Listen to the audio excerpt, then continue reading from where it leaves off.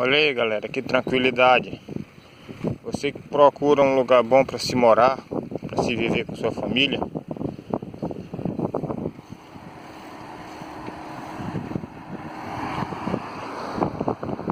É aqui o lugar, viu?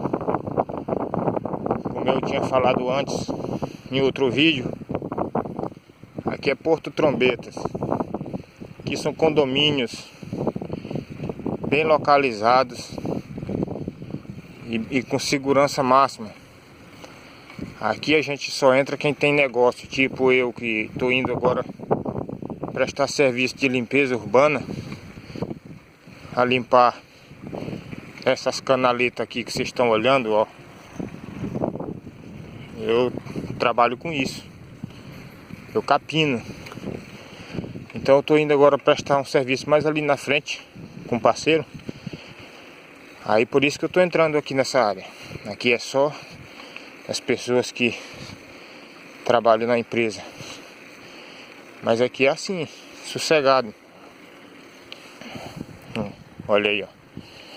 Tudo tranquilo. Segurança passa de meia em meia hora. E aqui é bom demais para se morar tranquilo. Olha aí. Aqui fica perto de Oriximiná, no Pará.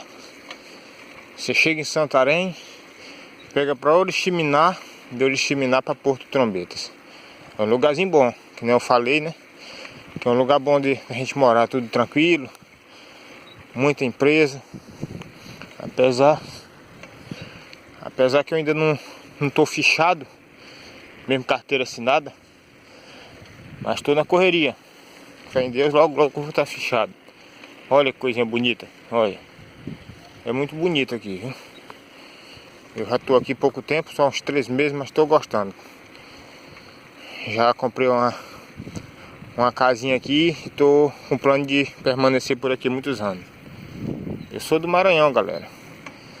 Cheguei aqui também agora há pouco tempo. Olha aí. Muito legal aqui, viu? Gostei mesmo. É você que está procurando um lugarzinho que tem segurança, que hoje é difícil. Um lugar que tem segurança. Eu indico esse aqui, viu? Porto Trombetas. Um abração. Falou.